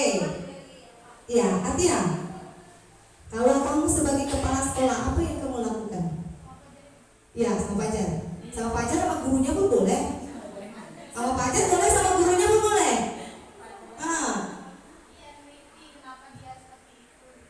Oke, meneliti sendiri. Nggak apa-apa, namanya menjawab. Meneliti bareng-bareng. Oke, meneliti bareng-bareng. Lingkungan siapa ini? Oh, yang di rumah apa di sekolah? Oke. Nah, Miftah.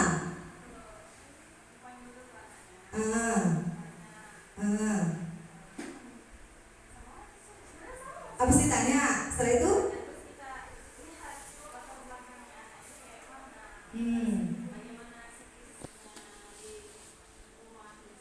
Oke, setelah itu ada lagi?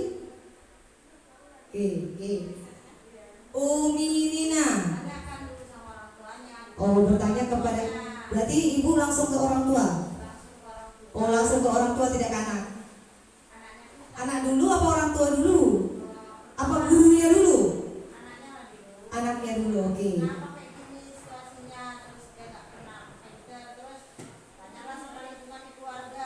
Iya. Oke, untuk Umi Rizka?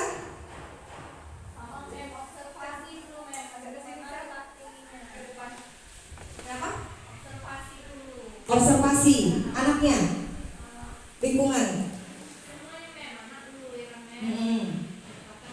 Ya.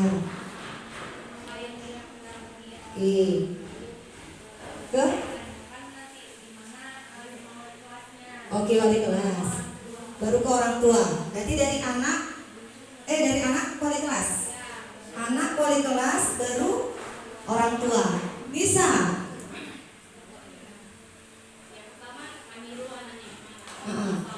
Oke.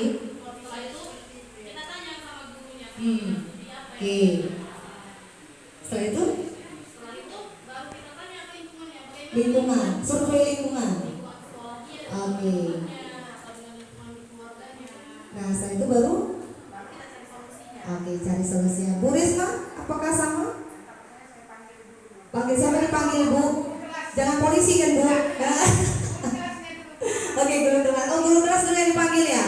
Bukan anak ya, ibu guru kelas dulu ya. Oke, setelah itu? Nah, setelah itu dipanggil anak. Oke, baru orang tua. Ya, Bu Yudi? Kalau saya lakukan pertama saya permisi sama wali kelasnya. Oke. Saya panggil itu anaknya, Iya. duduk bareng. Heeh. Saya tanya, kenapa tadi guru menerangkan kamu kok seperti itu? Nah, Kenapa kamu tak suka dengan pelajarannya? Iya, Kenapa kamu tak suka iya. dengan gurunya? bertanya ya tentang Iya. kebutuhan dia. Nah, saya tanya kenapa begitu? Apa tak suka dengan pelajarannya? Nggak suka dengan gurunya? Heeh. Nah, baru saya lagi tadi di sekolah, sebelum pergi sekolah tadi apa kamu sarapan? Apa tidak sejajan mama anakku? Pakai malas belajar. Itu aja. Oke. Tanya aja. Jadi nanya aja dulu sama siswa. Iya. Untuk apa nanti? Nah. Untuk siswa dulu. Oke. Follow-up-nya nanti lah itu. Nah, nomor 1. Tepuk tangan dulu untuk semua ibu. Oke. Yang pertama, posisi foto lama yang diambil oleh Bu Dani, membuat orang merasa bersalah, betul. Dari perkataan tadi apa? Ada perkataan tadi ya. Perkataannya yang mengatakan, "Kak, gimana kamu pacar? Kamu gak kasihan sama ibu?" Nih, kalau memantau, Fajar, apakah kamu tahu tentang peraturan sekolah bahwasanya murid tidak boleh tidur di kelas? Itu sebagai pemantau. Nah, Fajar, ibu perhatikan kamu sering tidur, gak fokus dalam belajar-belajaran. Kenapa? Namanya ibu mantau, ibu nyelidiki, ibu tanya. Nah, ini posisi kalau kita sebagai pemantau pakai bahasa tubuh yang formal aja, ya, datar aja ngomongnya, gak usah tinggi-tinggi, gak usah kuat-kuat.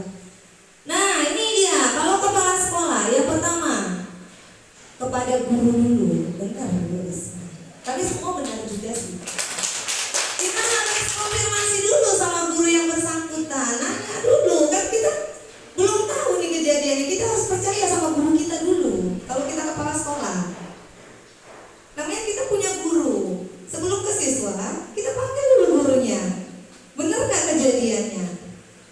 Meminta konfirmasi kepada guru yang bersangkutan apakah benar bahwanya itu benar dilakukan Fajar. Karena kan kita baru dengar desas-desusnya aja nih tadi, belum tahu kebenarannya. Nanya dulu sama gurunya, karena gurunya yang di dalam kelas. Setelah itu manggil muridnya, tanya kayak betul Ibu Juli, apa kendalanya selama belajar, ya kan? Kasih restitusi tindakan bahwa itu bisa menstabilkan, itu sebenarnya nggak salah. Kamu tidur itu nggak salah, tapi ada tempatnya, ada waktunya. Tidur itu baik, tetapi benarkah, bolehkah tidur di dalam kelas sesuai keyakinan? Nah, ini memberikan restitusi bahwa tindakan Fajar itu wajar aja sih kamu kayak gitu. Mungkin kamu nggak seneng kali ya sama uminya, kamu kurang bebas atau bagaimana? Nah, apakah dia mau melakukan restitusi? Mau nggak? Kamu ngaku salah nggak? Kalau dia ngaku salah, apa ya solusinya dari kamu? Lalu tanya keyakinan kelas apa yang udah kamu coreng. Nah, itu apabila tidak berubah juga, ibu udah manggil guru, ibu udah manggil anaknya. Kalau nggak berubah juga, minta bantuan Tumiati ya, guru BP. Kan tidak punya guru BP. Umi Atia bertanya sama orang tuanya, bukan kita yang ke tempat orang tuanya. Itulah gunanya guru BP. Nah, dan atau wali kelas untuk menangani kasus. Kita jangan langsung cek melakukan tindakan. Kasih peran guru BP, kasih peran wali kelas. Karena ini guru bidang studi. Wali kelas, kayak mana menyelesaikannya? Kalau tidak ada perubahan juga dan memanggil orang tua, solusi terbaik lakukan dan berdiskusilah dengan orang tua masalah Fajar di sekolah dan mencari solusi bersama. Bagaimana menurut ibu kalau tindakan kepala sekolah yang seperti ini? Good, oke ibu. Nah, kira-kira ibu dari berbagai materi yang saya berikan, ada yang ingin bertanya? Tadi solusi ibu Nina, kalau ranking gitu ya ibu ya? Ranking dikasih ini aja. Oh, tadi ya masalah itu tadi. Iya. Pikir awak nggak ini Oh ini ya, kan bidang studi. Sering yang terjadi di dalam kelas Oke. langsung kita berhadapan sama anak dan langsung Nah. ada apa sih tidak langsung kita Ini lagi tidak datang terlambat kita telepon langsung terkadang orang tua. pentingnya literasi kita tadi Bu. Jadi nggak ada berpikiran BP gitu. Iya, ini kita ada literasi tadi Bu.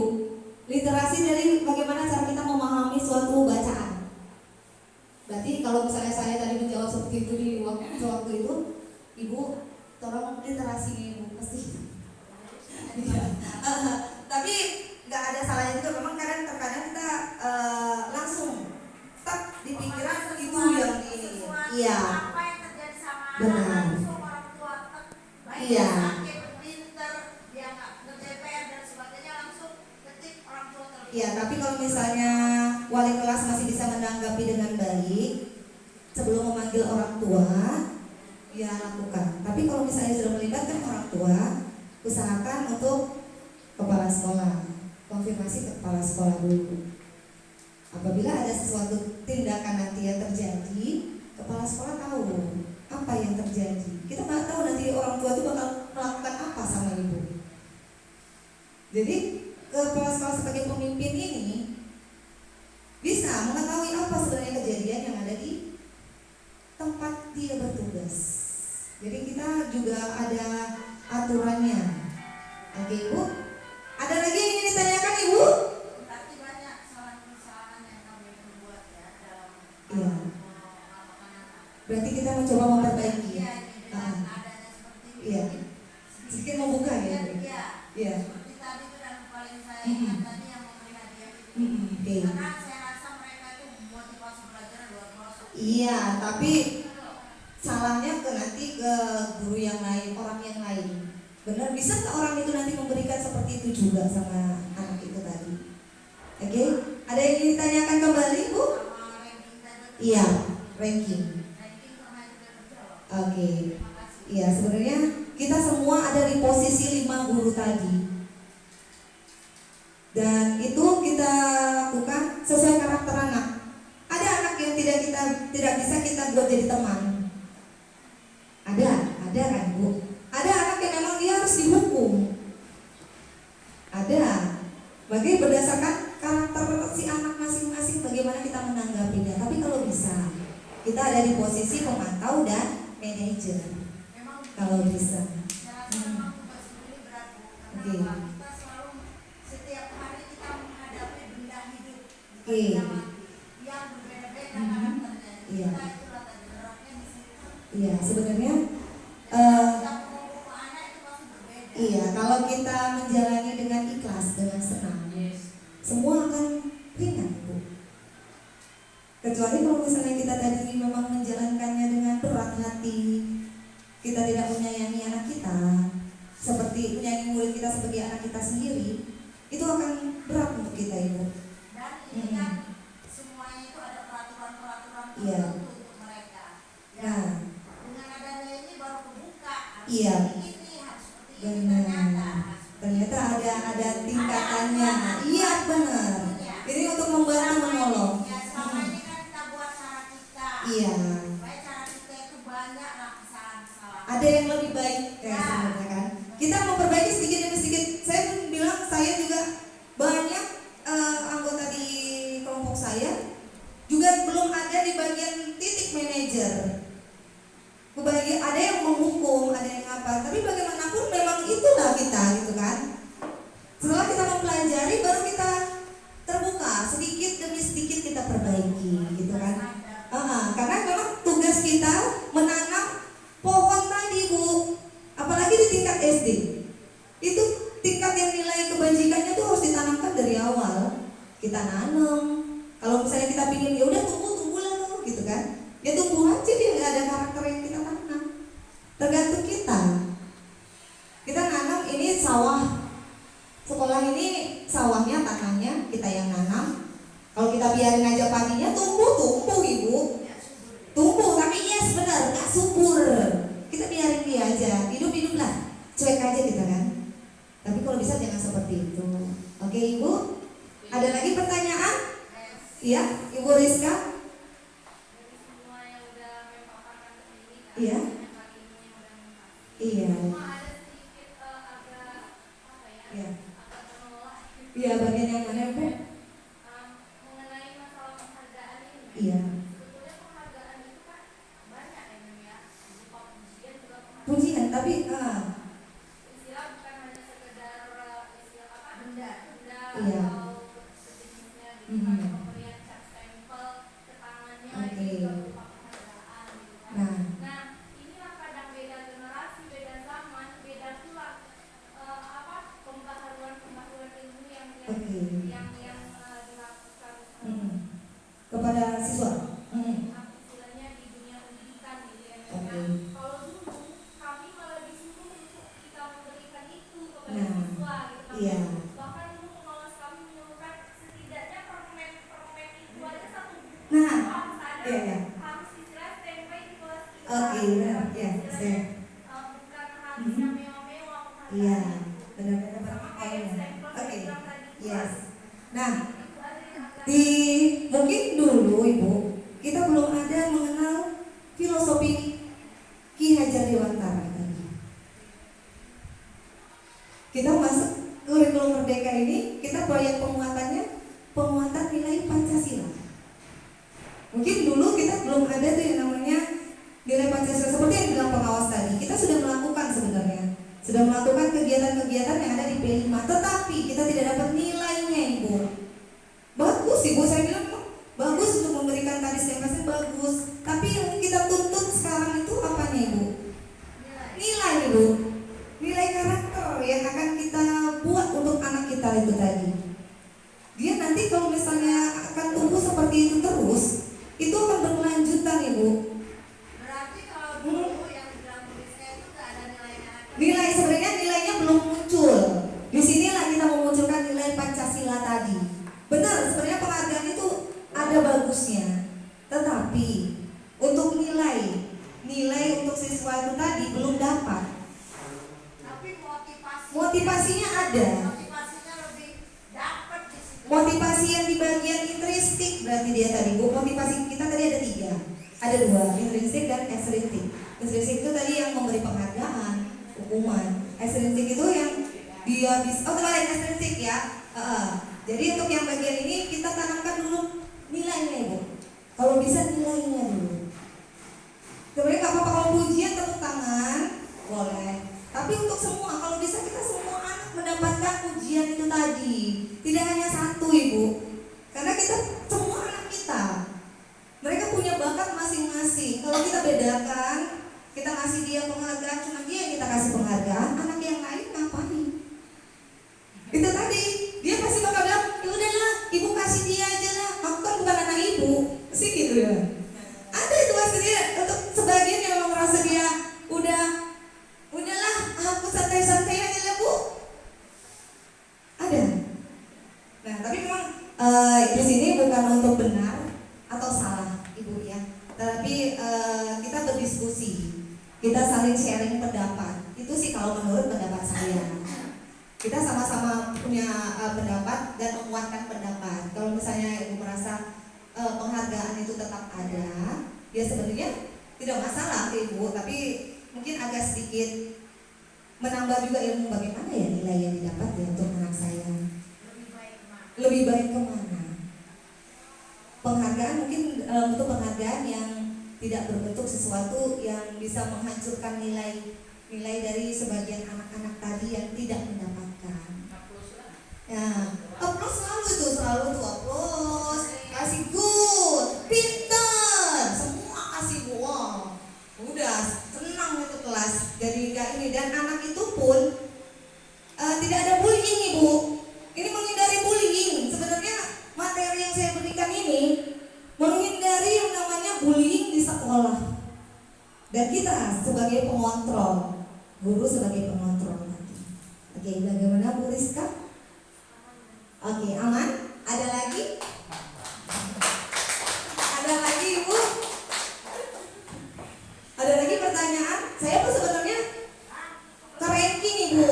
Saya kemarin saya bilang kenapa anak gak boleh diberikan ranking. Tapi setelah saya pikir-pikir sampai tidur, saya mikir lagi, oh iya. Pertama,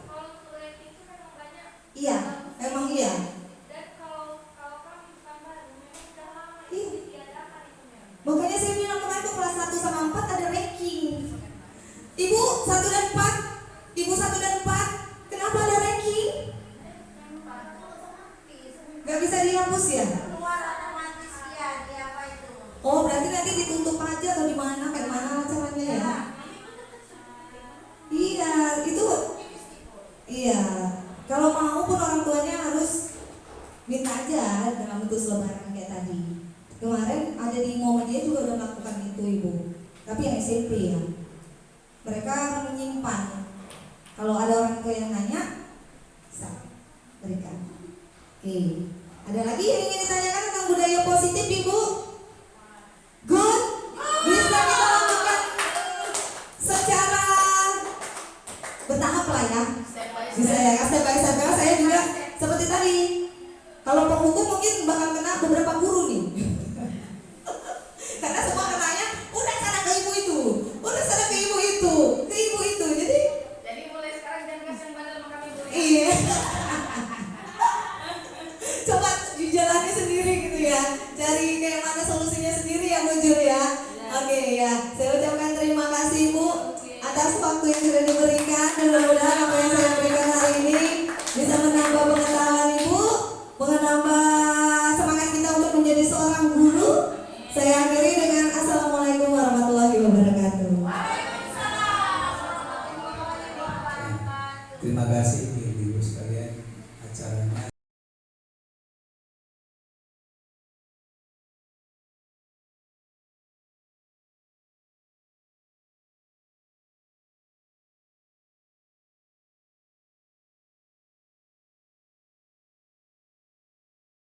Wabarakatuh. Terima kasih buat pemerintah khususnya Kemendikbudristek Republik Indonesia, di mana SD Mulia mendapatkan 1 orang guru menjadi calon guru penggerak Angkatan ke-9. Nah, di sini saya selaku kepala sekolah banyak merasakan ilmu yang diperoleh oleh guru kami, walaupun masih beberapa bulan berjalan, dengan bukti bahwasannya kegiatan diseminasi budaya positif di sekolah, di mana guru-guru memahami apa sebenarnya yang harus dilaksanakan di sekolah, bagaimana untuk menerapkan di lapangan. Nah, dengan adanya kegiatan ini yang diberikan oleh calon guru penggerak angkatan ke-9, yaitu Ibu Lilis Rospita, mudah-mudahan sangat bermanfaat bagi sekolah, khususnya sekolah SD swasta mulia, dan kepada guru-guru SD swasta mulia, di mana sangat dibutuhkan perubahan-perubahan dalam pelaksanaan menghadapi kurikulum Merdeka tahun 2003-2004, di mana SD swasta mulia telah ditetapkan pada tahun ajaran 2003-2024 ini untuk kelas 1 dan kelas 4 melaksanakan kurikulum Merdeka. Jadi apa yang disampaikan dalam kegiatan diseminasi budaya positif di sekolah SD swasta mulia ini yang dibawakan oleh Ibu Lilis Rospita sangat bermanfaat bagi guru-guru yang ada di SD swasta mulia. Itu harapan kami ke depannya, ada guru-guru yang lain bisa ikut ambil bagian sebagai guru, calon guru penggerak. Terima kasih. Ini saja yang dapat saya sampaikan. Wabillahi taufiq wal hidayah. Assalamualaikum warahmatullahi wabarakatuh.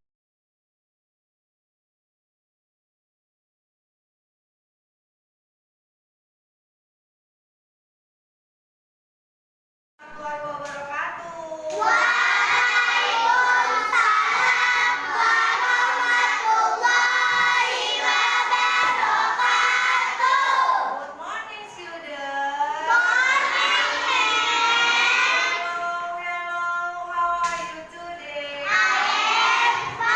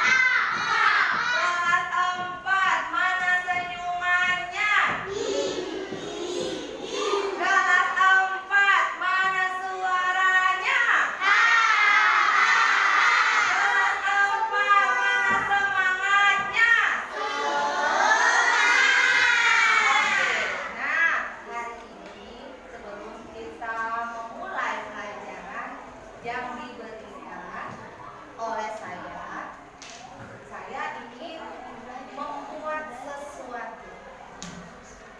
Kira-kira saya membuat apa ya hari ini? Masalahnya tadi sewaktu mem masuk, ada beberapa anak yang masuk itu aja nggak mencari salah, nggak ketuk pintu. Setelah itu saat mau memulai pelajaran, ada anak yang asik mau ngobrol sama temannya, tidak melihat gurunya di depan. Ada lagi. Setelah itu mem lihat saat masuk ke kelas, kok kelasnya masih kotor ya.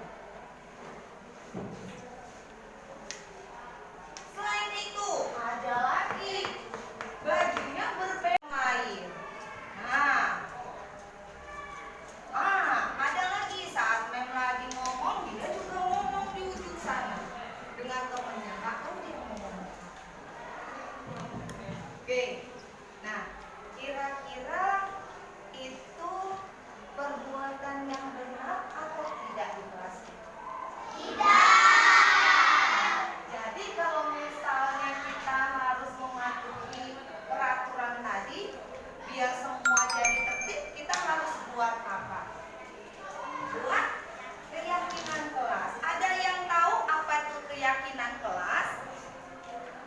Nah, saya mau kasih tahu. Keyakinan kelas adalah nilai-nilai kebajikan yang disepakati di kelas. Jadi kelas kita punya nilai-nilai kebajikan. Kita sepakati bersama. Tujuannya apa? Biar nanti nggak ada sikap saling benar. Karena itu sudah kita sepakati secara bersama.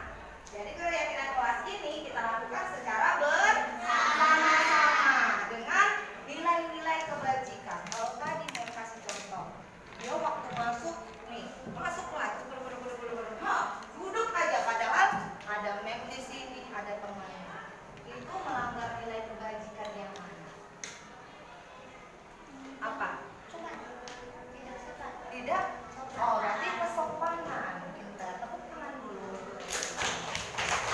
Berarti nilai kebajikan yang tidak dipatuhi yaitu tadi nilai kesopanan. Kira-kira nih kelas ini bisa nggak kita untuk membuat keyakinan kelas tadi agar nilai-nilai kebajikan tadi bisa ada di dalam diri kita tanpa harus diingetin. Ayo ketuk pintu. Nggak usah diingetin lagi. Ayo sapu, ambil sapunya, nyapu. Bisa nggak kira-kira? Nah caranya tadi seperti apa, buat apa? Kira-kira apa yang terbaik untuk kelas ini? Kita akan membuat keyakinan kelas. Ada beberapa keyakinan kelas yang harus kalian buat. Kira-kira kalian mau buat kelas ini seperti apa ya? Siswa yang bagaimana ya? Kamu ingin punya teman yang bagaimana?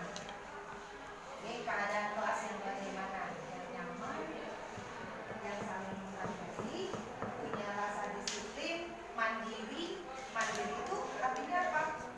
Kamu ngerjain tugas sendiri. Jangan atau biasakan untuk percaya diri. Bisa saya bagikan? Oke, saya bagikan. Silakan kamu tulis. Oke.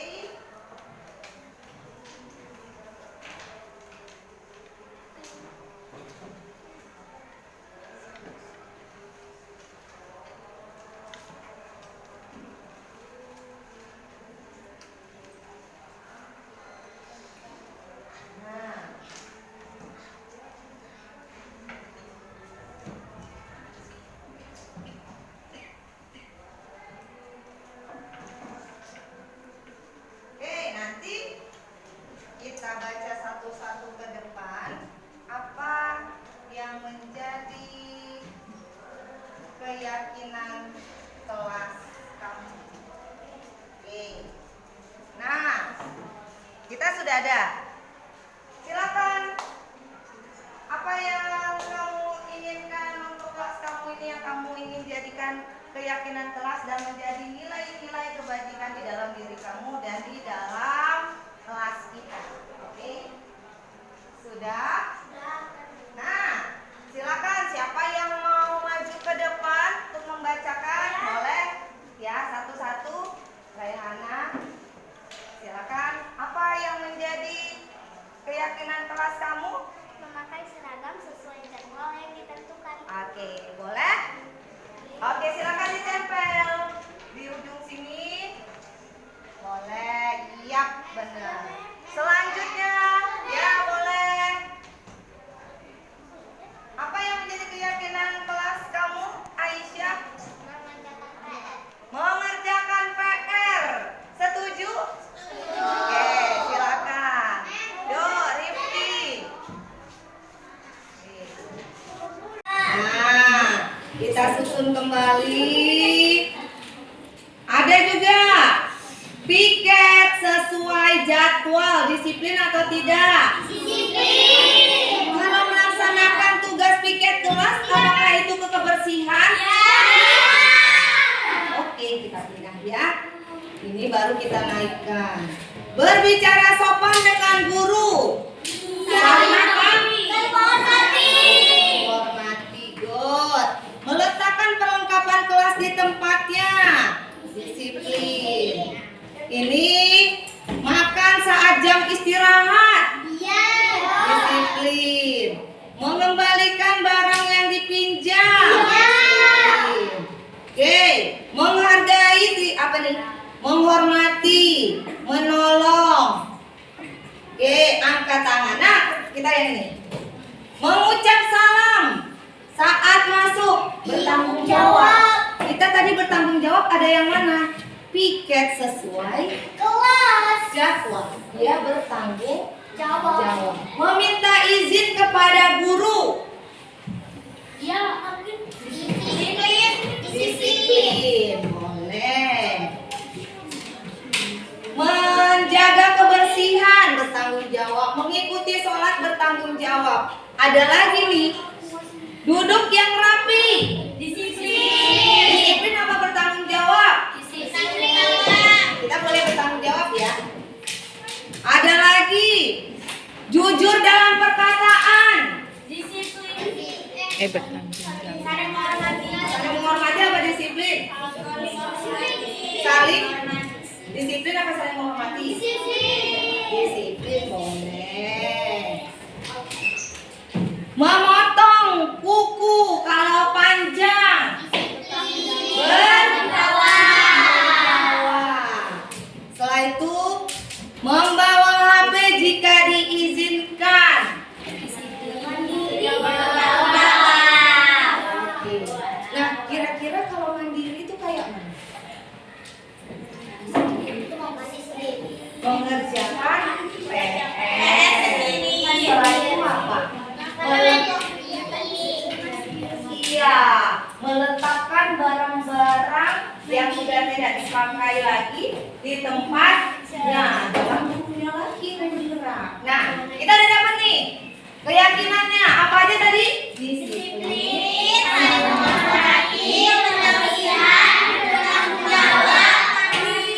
kalau mandirinya mungkin tadi apa? Kalau kita meminjam barang, itu mandiri. Setelah itu apa? Selesai jam pelajaran, semua pensil, buku itu disimpan di dalam tas. Jangan ada lagi nanti ketinggalan di kelas bukunya. Berarti kita harus mandiri. Nah, itu udah punya kesepakatan kelas. Kita punya keyakinan kelas. Kira-kira keyakinan kelas ini bisa nggak untuk kita patuhi, kita jalankan? Bisa? Bisa kita jalankan? Bisa. Oke. Apakah kita harus mematuhi keyakinan kelas yang sudah kita buat? Boleh kita patuhi? Boleh. Ini tujuannya agar apa? Agar kita punya nilai-nilai kebajikan di dalam diri kita. Jadi nanti nggak disuruh-suruh lagi. Ayo kalau masuk ke pintu. Jadi harus dilaksanakan dengan ikhlas. dilakukan juga enggak?